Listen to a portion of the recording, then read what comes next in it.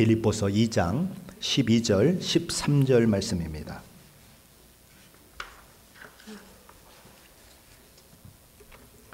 신약성경 319페이지 빌립보서 2장 12절 13절 말씀입니다.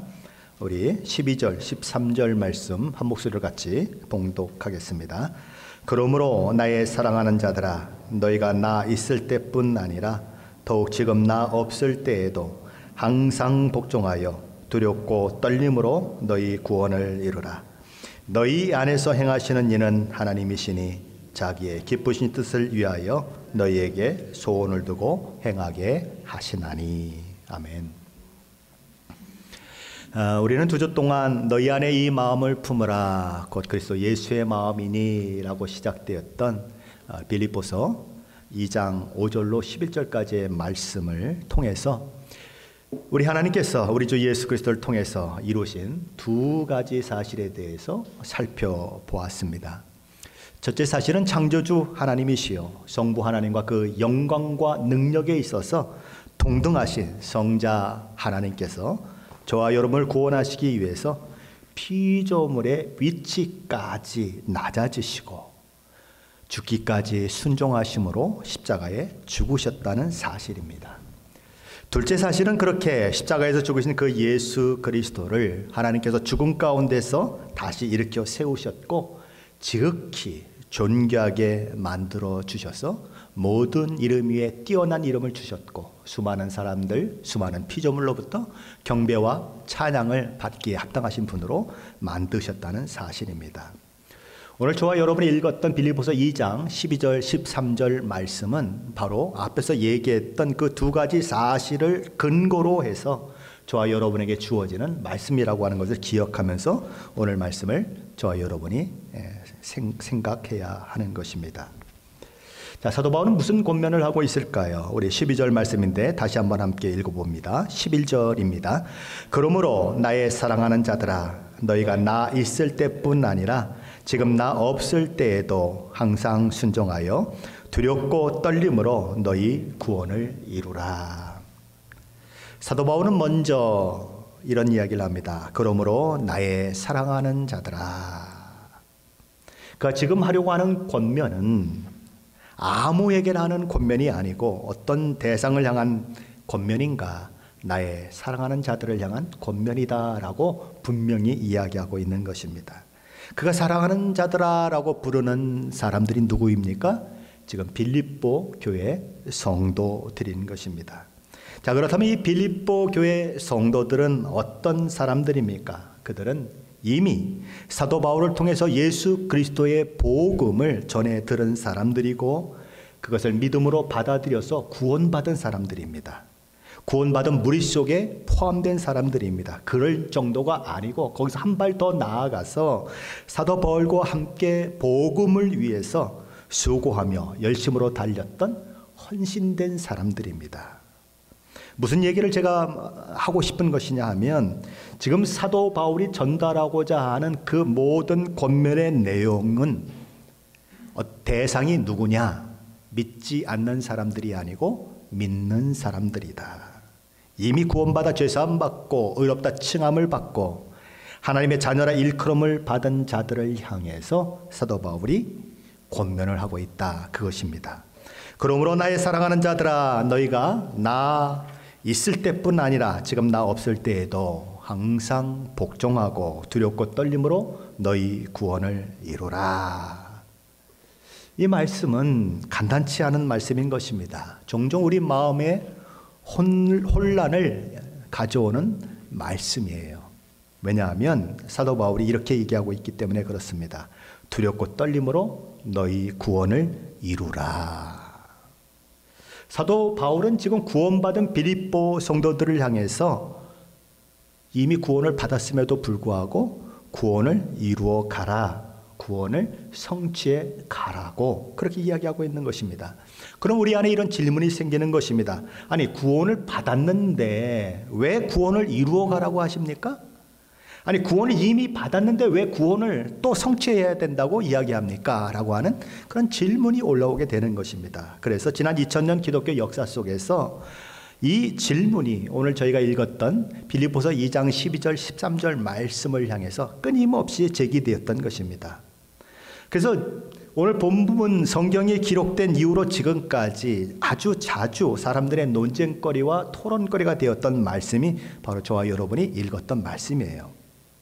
자, 이 말씀이 역사적으로 수많은 토론거리 그리고 논쟁거리가 되었다고 하는 말은 무슨 말이냐 하면 이 말씀이 의미하는 바가 무엇이냐 하는 것에 대해서 다양한 의견이 존재하고 있다는 말씀이고, 그 말은 다르게 말하면 이 말씀을 해석함에 따라서 어떻게 해석하느냐에 따라서 구원에 관한 어떤 오해를 만들어낼 수 있는 소지가 다분하게 많았다는 것입니다.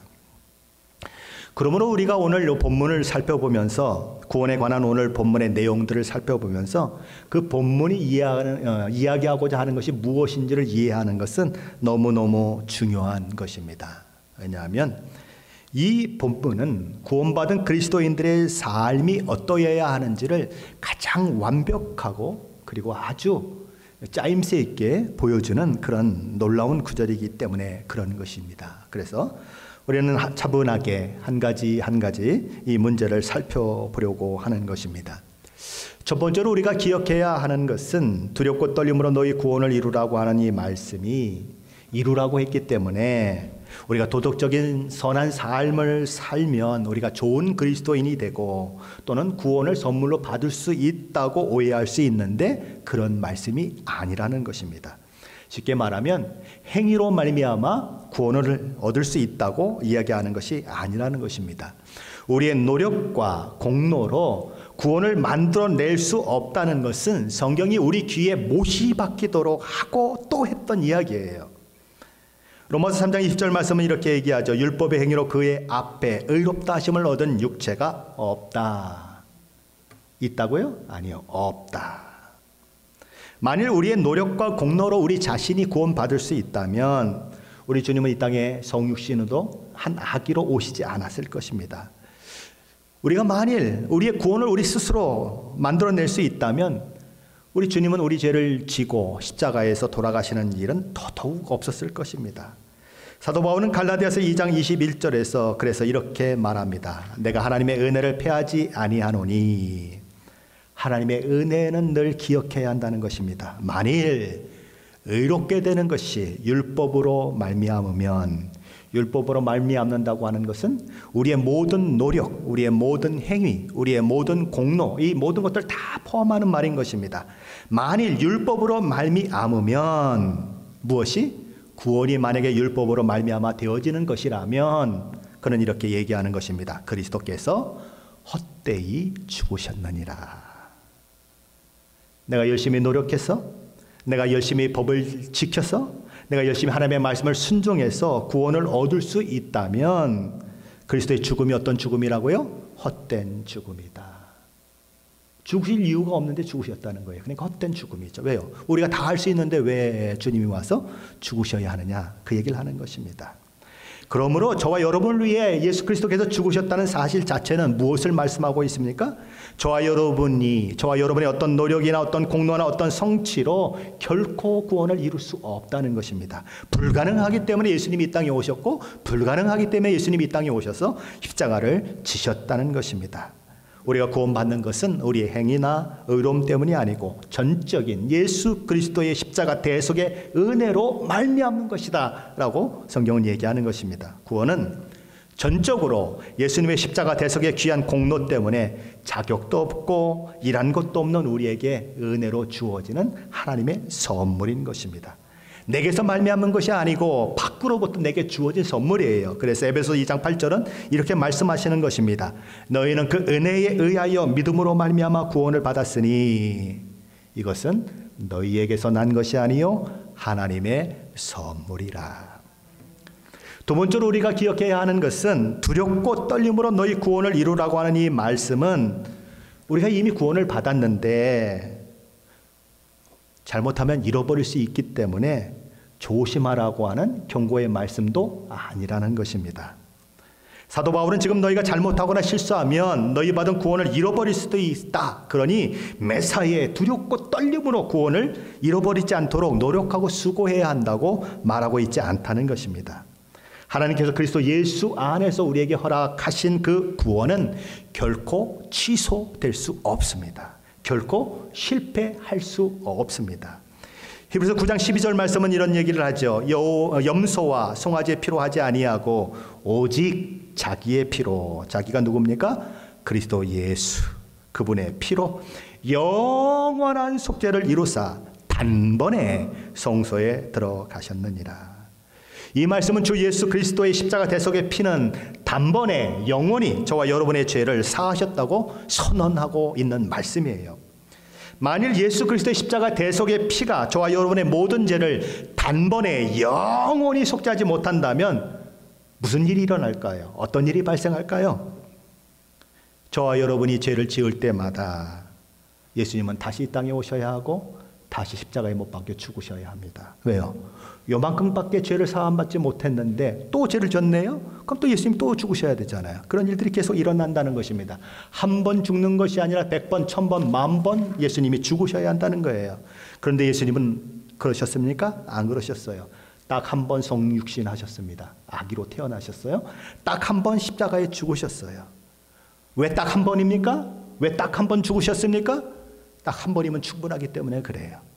딱 한 번이면 저와 여러분을 죄사함 받고 의롭다는 그 일을 충분히 넉넉히 이룰 수 있기 때문에 그래요. 히브리서 9장 26절 말씀은 그 사실을 이렇게 기록합니다. 그리하면 그가 세상을 창조한 때부터 자주 고난을 받았어야 할 것이로되. 무슨 얘기입니까? 단번에 영원히 저와 여러분의 죄가 사함받지 못한다면, 십자가의 은혜가 그 모든 것들을 이루지 못한다면 세상이 창조될 때부터 우리 주님은 자주 또 자주 고난을 받았어야 마땅하다 이거죠. 그런데 그렇지 않다는 것입니다. 이제 자기를 단번에 제물로 드려 죄를 없이 하시려고 세상 끝에 나타나셨느니라. 몇 번에요? 단번에, 단 한 번에 모든 죄를 속죄하는 그 일을 영원히 이루어 놓으셨다는 것입니다. 그래서 예수님은 요한복음 10장 28절로 29절 말씀에서 우리가 받은 구원과 관련해 이런 선언을 하고 계신 것입니다. 내가 그들에게 영생을 주노니 영원히 멸망하지 아니할 것이요 또 그들을 내 손에서 빼앗을 자가 없느니라. 그들을 주신 내 아버지는 만물보다 크심에 아무도 아버지 손에서 빼앗을 수 없느니라. 예수님은 예수께서 십자가 대속의 죽음으로 믿는 자에게 허락된 그 구원, 영원한 생명을 얻게 된 그 구원은 취소될 수 없다고 선언합니다. 그들을 내 손에서 빼앗을 자가 없느니라. 자, 그렇다면 두렵고 떨림으로 너희 구원을 이루라고 하는 이 말씀이 이 두 가지가 아니라면 도대체 그 의미가 뭐냐 하는 거예요. 왜 이 말씀을 하고 있느냐는 것입니다.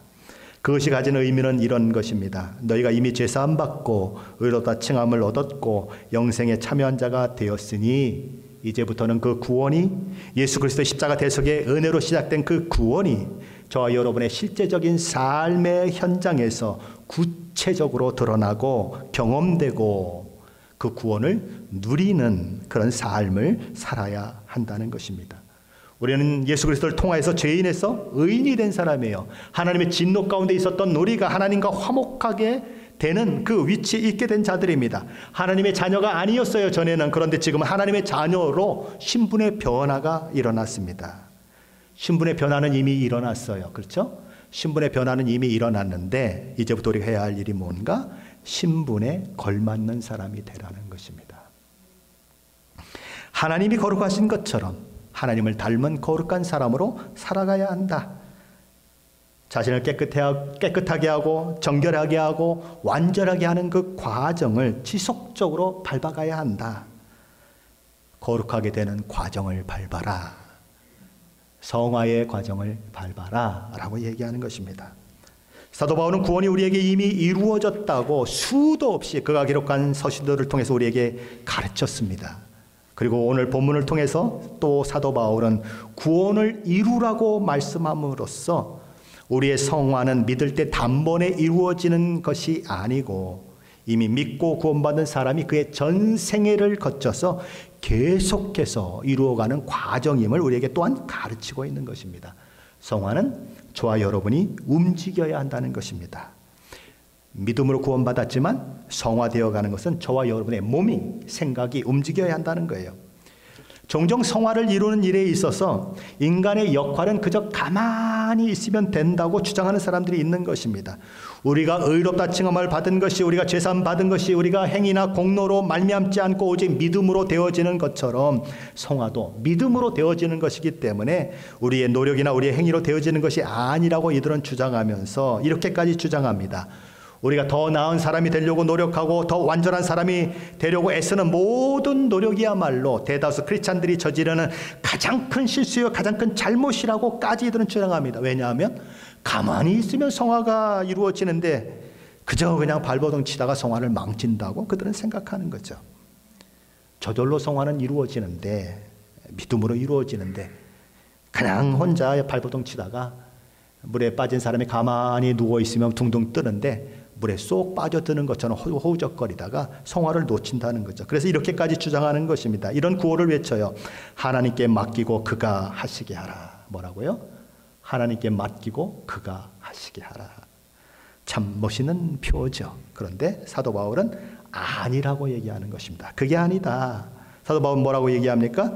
두렵고 떨림으로 너희 구원을 이루라.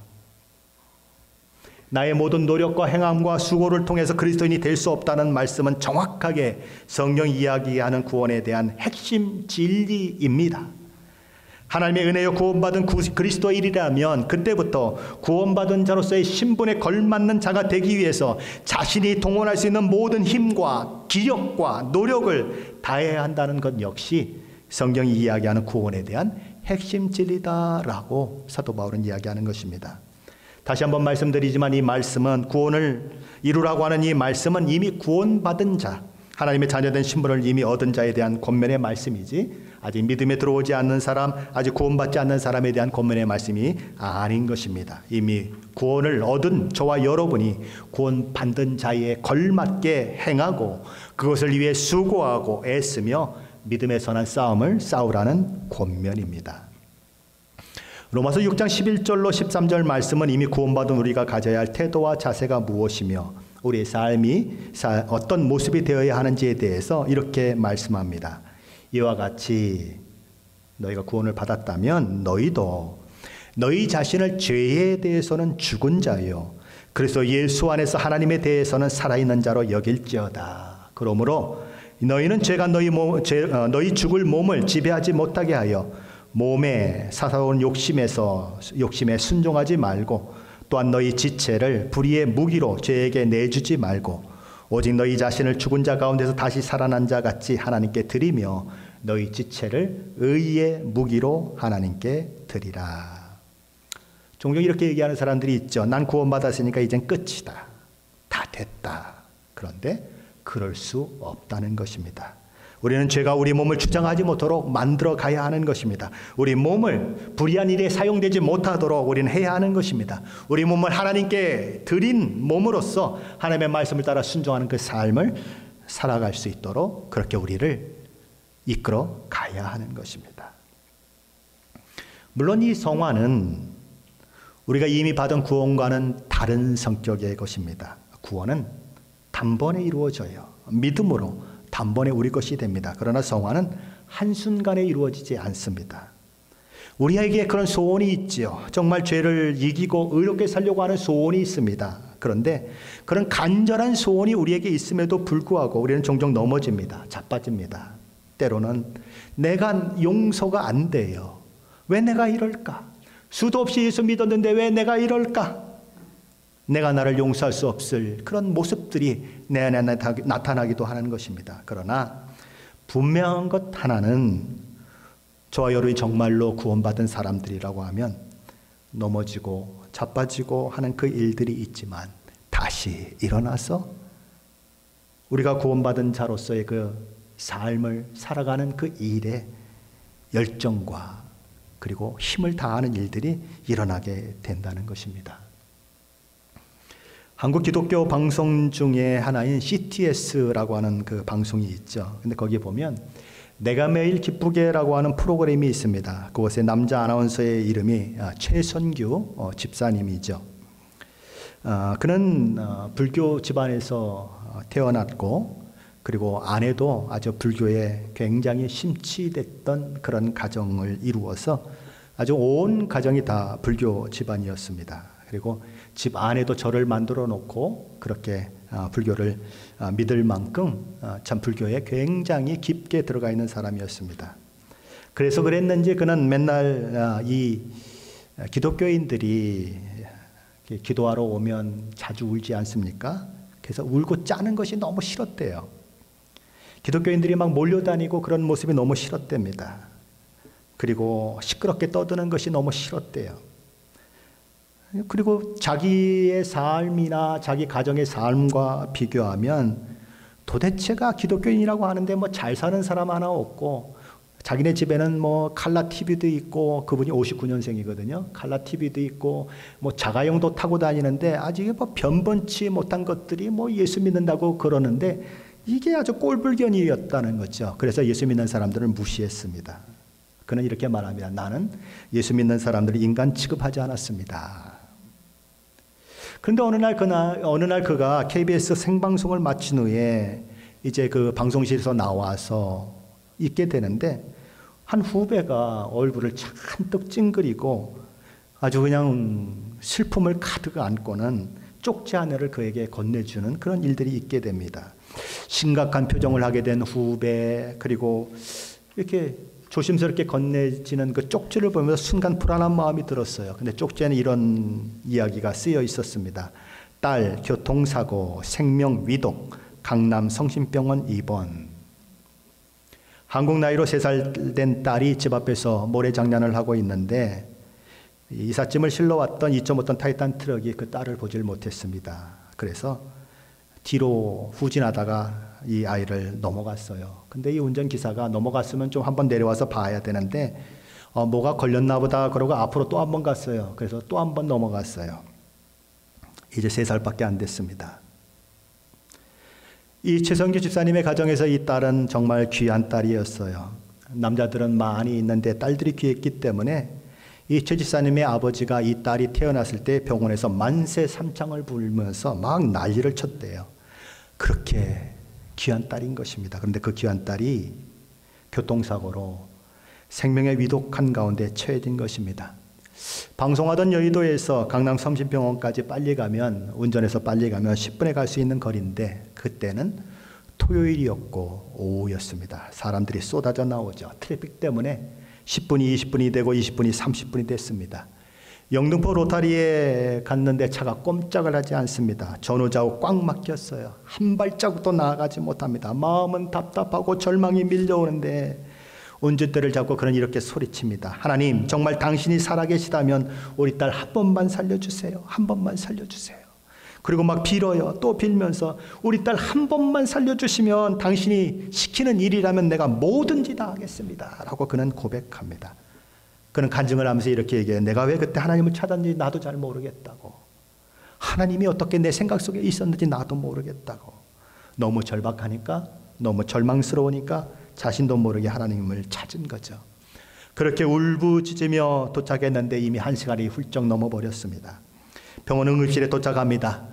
어머니와 형수는 바닥에 주저앉아 있습니다. 복도 바닥을 막 땅 손으로 치면서 통곡하고 있습니다. 아내는 병원 벽에 이마를 꽝꽝 부딪히면서 울고 있습니다.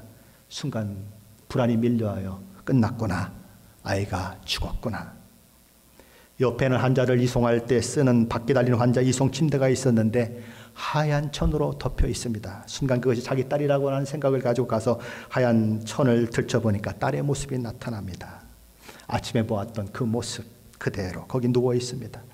이 집사님은 그 딸을 안고 한정없이 울었습니다. 그리고 이렇게 얘기를 해요. 아빠가 너무 늦게 와서 미안하다. 야, 너 여기 왜 누워 있어? 아빠하고 집에 가자. 여기 내가 있을 자리가 아니야. 가자. 마치 반 미친 사람처럼 30분 동안 그렇게 울부짖었습니다. 그 아이를 그렇게 안고 울고 있는데 갑자기 아이의 그 체온이 느껴집니다. 처음에는 차가웠던 그 아이였는데 체온이 따뜻하게 느껴져요. 그리고 아이가 어느 순간 꿈틀거리고 있는 것을 느낍니다. 아, 살아있구나. 그래서 막 내 아이가 살았다고 이리 소리지고 저리 소리지고 막 난리를 치는데 아무도 달려오지 않습니다. 내 아이를 자세히 보니까 뭔가 말을 하려고 하는데 말을 못해요. 그래서 입을 벌려주고 손가락으로 탁 쳤더니 그 안에서 붉은색, 검은색 핏덩어리가 확 쏟아져 나오면서 이 집사님이 와이셔츠에 다 묻어버렸습니다. 아이가 살아난 거죠. 그리고 2년 동안 길고 긴 힘든 과정을 거쳐서 이 아이는 건강을 되찾게 됩니다. 이 일로 이 최 집사님과 동생, 형, 식구 모두 14명이 하루 한날에 교회를 추석하는 그 기적이 일어납니다. 그 기적을 통해서 예수를 믿게 되었어요. 자, 그러면 그의 삶의 변화가 즉각적으로 일어났을까요? 그의 삶이 획기적으로 달라졌을까요? 아니에요. 교회를 갔는데 도대체 목사님이 무슨 얘기를 하는지 못 알아듣겠더랍니다. 그래서 졸고 자고 그런 것이 무려 8년. 그런데 어느 날 그에게 변화가 일어납니다. 그가 예수 믿게 된 일이 딸 때문에 일어난 일이라면 그의 변화도 그의 딸 때문에 일어납니다. 아이를 좀 공부 좀 시키겠다고 아는 사람을 통해서 아이를 중학교 1학년 때 중학교 2학년인 오빠와 더불어서 조기 유학을 캐나다로 보냈습니다. 그런데 딸이 적응하지 못하는 것입니다. 끊임없이 방황해요. 며칠에 한 번씩 머리 색깔이 바뀝니다. 하얀색, 노란색, 빨간색, 파란색 계속 바뀝니다. 하지 말라는 일만 골라서 합니다. 할 수 없이 엄마를 그곳에 보내서 그를 케어하게 하지만 이미 너무 늦어서 애가 바뀌지 않습니다. 도무지 할 수 있는 방법이 없어요. 엄마도 아빠도 할 수 있는 방법이 없습니다. 한계 상황을 만나죠. 그래서 이 한계 상황 가운데 최 집사님은 1년 동안 금요철야를 가기로 작정합니다. 그래서 매주 금요철야에 가서 하나님 앞에 기도하죠. 캐나다의 아이를 케어하고 있었던 그 엄마는 아침마다 금식하며 이 아이를 위해서 기도합니다. 오직 목적은 하나죠. 딸 나이를 변화시켜 달라고 하는 기도였죠. 한 6개월이 지났습니다. 금요철야에 가서 그렇게 기도하는 때 하나님께서 그의 마음 가운데 한 음성을 들려주세요. 하나님이 이렇게 물으셨답니다. 야, 선규야, 너는 왜 매일 나한테 와서 뭐 해달라고만 하니? 나에게 뭘 좀 해준다는 얘기는 하나도 없고 맨날 뭘 그렇게 해달라고만 부탁하니? 그랬더니 이 집사님이 이렇게 물었대요. 하나님께. 아니, 하나님이 뭐가 필요하세요? 온 우주 만물이 다 하나님 건데 하나님 뭐가 필요하세요? 근데 하나님 자꾸 말씀을 하시니까 그래서 이렇게 물었어요. 하나님, 저한테 도대체 뭘 원하세요? 그렇게 물었어요. 그랬더니 하나님께서 딱 3글자를 생각나게 하셨답니다. 3글자. 술, 끈, 한 발은 교회에다 들여놨습니다. 한 발은 세상에 딛고 있어요. 기러기 아빠라고 위로한다고 저녁 사주겠다고 만나면 후배들, 선배들, 친구들이 술 그것만 먹나요? 밥 먹고 나서 술 한잔 마시고 집에 오고 그래도 주일날이면 끊임없이 교회 가는 것입니다. 철야에 참석하는 것입니다. 금요일은. 왜요? 한 번만 살려주시면 내가 평생 하나님을 위해서 하나님이 무엇을 시키든지 하겠다고 약속을 했는데 약속을 어겼다가는 하나님 화가 나셔가지고 딸을 또 데려가시면 어떡하나 하는 두려움 때문에 끊임없이 교회를 찾는 것입니다. 그런데 술 끊어 그러시는 거예요. 하나님 나 할 수 없어요. 얼마나 실패했는지 하나님 아시잖아요. 나도 그러고 싶었는데 안 되는 거 하나님 아시잖아요. 하나님 끊게 해주세요. 그러면서 그렇게 기도했대요. 이제부터 오는 전화 오지 않게 해주세요. 근데 그날 저녁부터 정말 전화가 오지 않았대요. 그래서 일주일간 술을 끊는데 성공했습니다. 그래서 금요철에 가가지고 하나님 앞에 큰 소리 쳤어요. 하나님 나 술 끊었어요. 그때 하나님 또 말씀하시더랍니다. 야, 그런데 니네 집에 술이 왜 그렇게 많니? 우리 집에 무슨 술이 있어요? 니네 집 찬장에 보니까 술이 참 많더라. 아니 하나님 우리 찬장까지 다 뒤지셨어요? 집에 가보니까 이 사람은 집에서 술을 안 마신대요. 친구들이 사다 놓은 술, 누가 어디 갔다가 비행기 안에서 사다 놓은 술이 있는데 20개도 넘더랍니다. 그래서 그걸 싹 처분해버렸어요. 그리고 그때부터 성경 공부를 하고 교회의 프로그램이란 프로그램은 다 참석하게 되었습니다. 그리고 어느 날 딸을 찾아가 이제 그 아내와 함께 조그만 교회 부흥회에 참석했다가 거기서 방언의 은사도 받고 지난 모든 죄를 마치 환등기가 지나가듯이 영화 화면이 지나가듯이 보여주시는 그 하나님 앞에 통곡하며 우는 일들이 일어납니다. 몇 시간을 하나님 앞에 그렇게 회개하고 그렇게 죄를 용서해 달라고 구했대요. 그러고 나서는 그의 시각이 달라졌다고 합니다. 세상이 달라 보이더라는 것입니다. 모든 것이 감사하더라는 것입니다. 그런데 그때 하나님이 또 말씀을 하십니다. 나가라. 하나님 어딜 나가요? 그랬더니 서울역을 보여주시더래요. 그래서 그는 지금까지 서울역에서 매주 노숙자들을 밥 먹이는 그 일들을 하고 있다는 것입니다. 그럼 그의 딸은 어떻게 되었을까요? 그의 딸은 늘 세 가지 말만 했대요. 뭐라고 물으면 몰라. 너 뭐 필요하니? 그러면 됐어. 또 하나는 뭐죠? 돈 줘. 그것밖에 몰랐대요. 그런데 그 아침에 엄마가 식사를 준비하고 있는데 엄마 하고 다정히 부르더래요. 그러면서 뒤에 와서 백허그를 하더래요. 그러니까 뒤에서 이렇게 안더래요. 그 딸의 눈빛과 말투가 달라졌습니다. 그리고 그 딸이 자신처럼 방황하는 수많은 후배들을 격려하는 자로 세워졌고 교회에서는 1부, 2부, 수요 찬양 그 모든 찬양을 이끌어가는 그런 찬양 인도자가 되었다는 거죠. 제가 왜 이분의 이 간증을 이렇게 길게 이동하고 있을까요? 이분의 삶 속에서 일어난 그 과정이 다 성화의 과정임을 설명하기 위해서 그렇습니다. 예수 믿으면 성화의 과정이 필연적으로 따라옵니다. 예수 믿으면 필연적으로 달라지고 싶은 마음이 생겨요. 그게 정상이에요. 만일 예수 믿었는데 세상과 교회에 두 발을 올려놓으면 하나님께서 이 최선규 집사를 다루듯이 다루신다는 거예요. 그래서 결국은 성화를 이루어내신다. 그게 하나님의 일하심이라는 것입니다. 우리는 고집을 부리죠. 저와 여러분이 고집을 부리면 몇 년 부릴 수 있을까요? 100살까지 살면 100년 부릴 수 있습니다. 그런데 하나님은 우리를 성화시키시겠다고 고집을 부리십니다. 하나님은 몇 년 부리실 수 있을까요? 1000년이요? 2000년이요? 10,000년이요? 하나님은 영원하신 분이에요. 하나님은 영원히 고집 부리십니다. 뭐라고요? 내가 너를 고쳐내고 말리라. 그게 성화의 과정입니다. 그렇다면 구원받은 저와 여러분이 이 성화의 과정을 밟아가는 데 있어서 우리의 노력과 우리의 애씀만이 이 성화의 과정을 이루는 그 일에 쓰임받을까요? 오늘 본문은 아니라고 얘기하는 것입니다. 결코 그렇지 않다고 말하고 있어요. 빌립보서 2장 13절 말씀인데 우리 다시 한번 함께 읽어보겠습니다.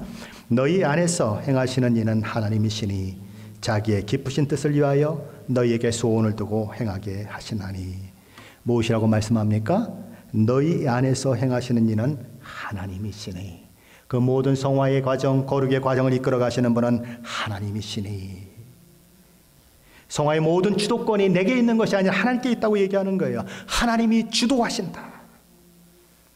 그렇게 얘기하는 것입니다. 그렇다면, 정말 그렇다면 우리가 성화되는 것에 관한 모든 주도권이 하나님께 있다면 그 사실과 두렵고 떨림으로 너희 구원을 이루라고 하는 말씀에서 강조하고 있는 우리의 노력과 애씀을 어떻게 조화시킬 수 있냐는 거예요.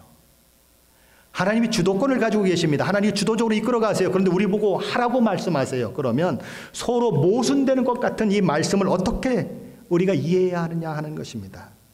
우리는 그것을 이해하기 위해서는 우리가 먼저 우리에게 구원이 왜 필요한지, 구원을 통해서 하나님께서 우리 안에 새롭게 만들어내시는 것이 무엇인지를 확인할 필요가 있습니다. 에베소서 2장 1절 말씀에서 우리 하나님은 이렇게 말씀하십니다. 모든 인간은 허물과 죄로 죽었다고 그렇게 말씀하세요. 육체적으로 죽었다는 것이 아니라 영적으로 죽었다는 것입니다. 뭐 교회에 오면 막 영적으로 죽었다는 얘기를 많이 해요. 그럼 영적으로 죽었다는 말이 무엇일까요? 로마서 8장 7절 8절 말씀에 보면 영적으로 죽은 사람의 그 심령의 상태를 이렇게 말씀하고 있습니다. 육신의 생각은, 영적으로 죽은 사람을 말합니다. 하나님과 원수가 되나니 이는 하나님의 법에 굴복하지 아니할 뿐 아니라 할 수도 없습니다. 육신에 있는 자들은 하나님을 기쁘시게 할 수 없느니라. 영적으로 죽은 자의 첫 번째 특징이 뭡니까? 그의 모든 생각이 하나님과 원수가 된다는 것입니다. 이상하죠? 세상 정부를 한번 잘 보십시오. 뭘 하고 있는지.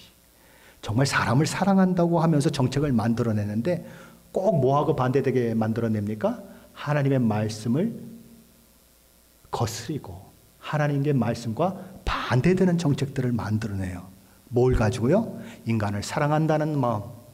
그렇죠? 정말 이 나라를 올바르게 만들어낸다는 마음을 가지고 선한 마음을 가지고 자기들은 한다고 그러는데 하는 짓들이 하나님의 말씀과는 정반대되는 짓을 하고 있는 거예요.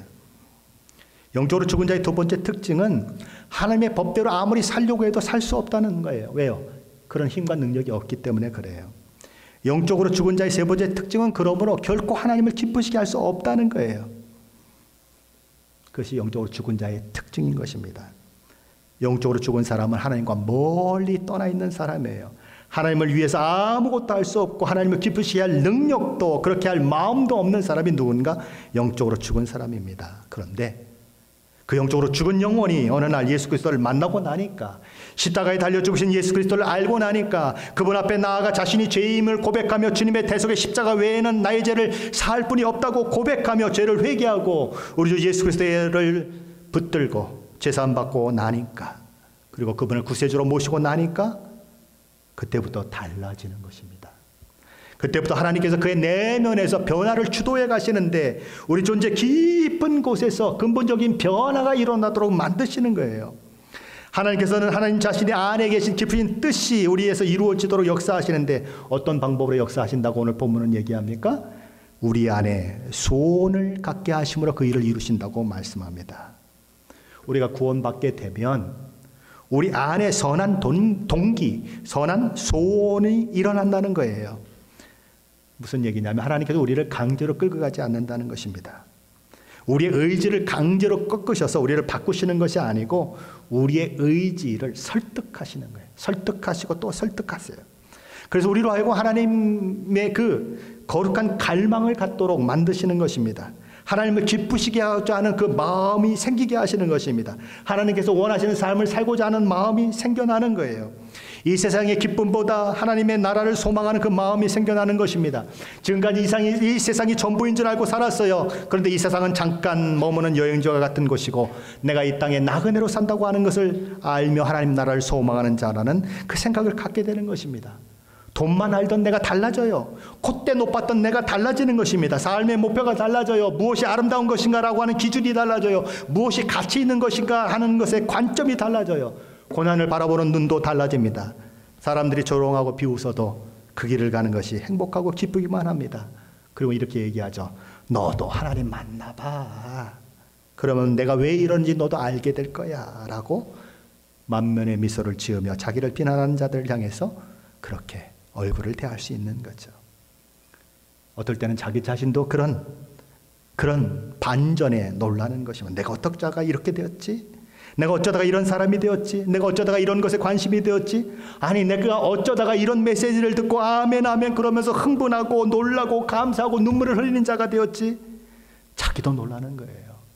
이전엔 이런 일이 없었거든요. 이전엔 이런 일이 내 안에 없었거든요. 그런데 내가 언제 이렇게 달라졌을까요? 그 모든 일을 하나님이 하시고 계신다는 거예요. 그런데 그 하나님께서는 그 일들을 시작하시고 그 소원을 우리에게 두실 뿐만 아니라 그 소원이 우리 안에서 이루어지도록 우리에게 늘 힘과 용기와 인도하심을 더해 주신다는 것입니다. 그래서 이렇게 얘기하는 것입니다. 너희에게 소원을 두고 뭐라고요? 행하게 하시느니라. 하나님은 소원만 두실 뿐만 아니라 그 소원대로 행할 수 있도록 힘과 능력을 공급하신다는 거예요. 성화는 구원받은 자라면 누구나 밟게 되는 구원의 과정입니다.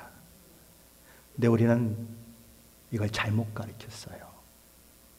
구원받으면 전부라고 생각하게 만들었어요. 그러다 보니까 구원받았다고 주장하는데 세상 사람만도 못한 그리스도인들이 너무 많이 탄생을 했어요. 그래서 교회가 세상에서 욕을 먹고 있어요. 두렵고 떨림으로 너희 구원을 이루라고 하는 것은 바로 그 성화의 과정을 밟아가라는 것입니다. 성화는 가만히 있으면 저절로 이루어지는 것이 아니에요. 저와 여러분이 피눈물 나는 노력을 해야 되고 젖먹는 힘까지 다하는 엄청난 노력이 필요한 것입니다. 그러나 또한 그 성화는 저와 여러분 홀로 이루어내는 목표가 아니에요.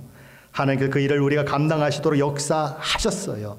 그리고 지금도 역사하고 계시고 앞으로도 역사하실 것입니다. 하나님께서는 구원받은 우리 심령에 선한 소원이 일어나게 하시고 그 선한 소원을 이룰 수 있도록 힘과 용기를 공급하심으로 그 일을 이루어내실 것입니다. 그러므로 우리는 오늘 우리의 그 믿음의 삶을 그 하나님의 도우심을 힘입어서 날마다 두렵고 떨림으로 구원을 이루어가는 사람이 되어야 하는 것입니다. 그래서 날마다 성화를 이루어가고 하나님 앞에 더 가까이 가고 믿음의 연조가 깊어지면 깊어질수록 거룩의 형상이 우리 가운데서 늘 더 많이 만들어지고 저 사람 바뀌었어. 저 사람 달라졌어. 예전에 보던 그 사람이 아니네 라고 하는 탄성이 저와 여러분의 모습을 통해서 다른 사람의 그 고백을 통해서 나타나야 마땅하다는 거예요.